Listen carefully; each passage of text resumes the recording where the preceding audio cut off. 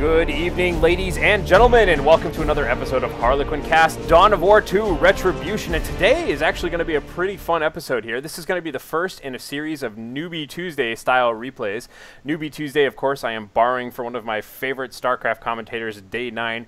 But the gist of it is that instead of looking at like pro games or anything like that, we're going to look at regular players or beginning players and just kind of look at some of their games, do some light analysis, point out the things they do right, point out the mistakes they make, and hopefully at the end of the day, we all can be better players. So here to help me today from the Project Learn2Play, which is a nice little organization that just helps get people past the learning curve of Dawn of War 2, is OlBloodNGuts, and he's going to be commentating with me today. So OlBlood, how are you doing? Tell us a little bit about yourself or Learn2Play or whatever you want. I'm doing good, Harlequin. Thanks for having me. For those that don't know, Project Learn2Play got to start as a Dawn of War 2 mentoring program meant to ease new players into the multiplayer side of things. We provide one-on-one tutoring, replay critiques, and the odd observer game when the opportunity presents itself, and I look forward to adding Newbie Tuesdays to the menu. So this game today, you went ahead and I'm going to go ahead and zoom on out and take a look at the map right now. So we've got EMP, the Pimp Kitty, today playing as the Chaos Lord for the Chaos. He's going to be the blue player down in the south. And up here in the north, we've got Just Because I'm Asian playing as the Inquisitor here for the Imperial Guard. So what would you say these players' skill level is approximately? They're fairly low ELO, probably around 1200. It's pretty just in between the cusp of average and beginner. Cool. All right, so very much to learn. Yeah, so you already kind of gave me some pointers on the sort of stuff we're going to look at here. So I'm going to go ahead and get this replay started. So we'll give it a quick countdown just so we're synced. I'll do 3, 2, 1, click. So ready, 3, 2, 1, click. All right, so we've got the Chaos Lord down here in the south, and you pointed this out to me before, but what's going on here with the Chaos Heretics worshiping right away for that Chaos Lord? Well, it's a typical move in 1v1, even in 2v2, where the Heretics worship to use the speed boost, the bonus provided by Corn Worship, to get that Chaos Lord slingshotted to his first point. Makes up for his slow speed in the beginning. Nice. Yeah, I do like that little trick out there. So what can you tell me about some of the builders here? So this looks, to me, Just Because I'm Asian, is going for double guardsmen. I would have normally expected to see, you know, some sort of a Sentinel or something like that out there. But yeah, what are your impressions of these initial build orders? Well, a Sentinel is pretty common, but sometimes against a Chaos Lord, you're going to expect the double CSM build, which is pretty much made just to counter that Sentinel. You have ranged fire as well as a Chaos Lord with the Combi Bolter, which can chase him down and make him pretty useless. Since it's a melee counter, and most Chaos players aren't going to spam ticks against them, there's really no point to it. Gotcha. And over here on the right, we can see that this Chaos Heretic squad just came out, got right away into close combat with that Inquisitor, and then just instantly kind of Doom Blast. It seemed like might have been a little bit quick on the trigger there. Yeah, pretty poor move. You typically don't want to engage a hero of any kind unless it's a ranged hero or a squishy hero like an Apothecary with your only capping squad. You usually want your entire army there, because otherwise you're getting recon bleed on your squad while the hero can just heal up and go back to capping. Yep, good point there. We've got so the double guardsmen are out, and as you called it exactly, we've got double Chaos Space Marines out in the field right now as well for the Kitty, Pimp Kitty. I guess I'll call him Kitty. And once again, we've got that little bit of worshipping going on right now, as it looks like the Chaos Space Marines and the Chaos Lord were just kind of closing in on that Inquisitor who just retreated away there. Yeah, and if I may step in, this was a missed opportunity there, as you see the guardsmen retreating past the CSMs. Those Chaos Space Marines could have forced melee, got several model kills there. Something to look for. Yeah, definitely. I think that surprised me too, coming from Company of Heroes, that a lot of players that I always just assume that retreating units take less damage. Period. But that's a big difference in Dawn of War, is that they take more damage from melee and explosives. So I always try to keep an eye out for that. And that's so right. I see these Catachan Devils on the field right there. So what's your opinion going on there? Well, it looks like the Guardsman player went for a light T1, pushing into T1.5 with the quick generators. Wanted to get the Catachans out to counter the CSM, since they're far better at it than Sentinels are. But it's yet to be seen whether they're going to use them at ranged or in melee, where they really shine against heavy infantry like Tactical Marines or Chaos Space Marines. Gotcha. We just had a nice looking old reliable grenade barrage right there coming out, knocking back those Space Marines. And looks like the Inquisitor has already picked up the Liber Heresius. It's always tough to call exactly their use of Latin in this game, but you know. Yeah.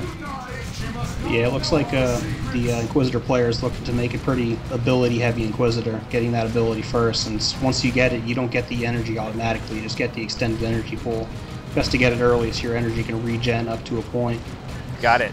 Looks like she may have overextended a bit there. Kind of by the time she got in, it took a whack or two with her sword, ended up just having to retreat anyways. And Chaos Lord, on the other hand, seems to be chasing away the entire Imperial Guard army. Yep, so far the Heretics are doing a pretty good job of capping up the map, maintaining pretty steady map control. Yeah, so that's what you were telling me about before, is you always kind of want to have one designated unit who's kind of running around, just kind of passively capping stuff all the while the rest of your army is kind of harassing or engaging. Should that be, is that the kind of the gist of you know, normal early game maneuvers? Yes, it's pretty common. However, the Heretics, if you only have one, you don't want them to be too far from your troops, because Worship is really critical to Chaos play. Gotcha. So. Oh, we see a little bit of early game gen bashing going on here down in the south. It looks like these guardsmen have been upgraded with a flamer, and they're going for it. Just going to go straight for that power node, actually. I was kind of interested in this here. It just seemed like it was really effective in that he just managed to completely flank the Chaos player and pull this one out of nowhere. Yeah, many flanking opportunities are present on this map, something you got to watch for. Don't overextend, otherwise you're going to lose your whole gen farm like he is now. Yeah, that is just going to cost him, because it looks like unfortunately, he started focusing that power node right off the bat, but then he decided he wanted to take out all the generators. But it looks like really nothing's going to show up in time. He's probably going to have his way with this entire gen farm. Yeah. And up top, again, this Chaos Lord just kind of standing on his own has just been able to kind of hold off that entire Imperial Guard forces up there. What exactly is going on there? I mean, you know, I would have expected them to kind of stand their ground or focus on him. Are they just that afraid of getting into melee with him in any way, shape, or form? Well, absolutely. Any damage you do to a Chaos Lord, if you let him get into melee, he can use Kill the Weak, which is his T1 ability. Heals 50 hit points per model that it hits. So against a Guardsman squad, he can go from 1 hit point to 1,000 really easily. Super brutal guy there. Yeah, so taking a look around now. What's kind of the plan here? So we can see that we've got 2 points up right now for the blue player, for Kitty. He's definitely at 500, and really my biggest criticism. Oh, here actually, let's talk about this a little bit. So Catachan Devils are coming out right now, using the Inquisitor's silently ability to become invisible there. It's kind of interesting. I want to see if he's going to be using that to kind of flank around it all or what.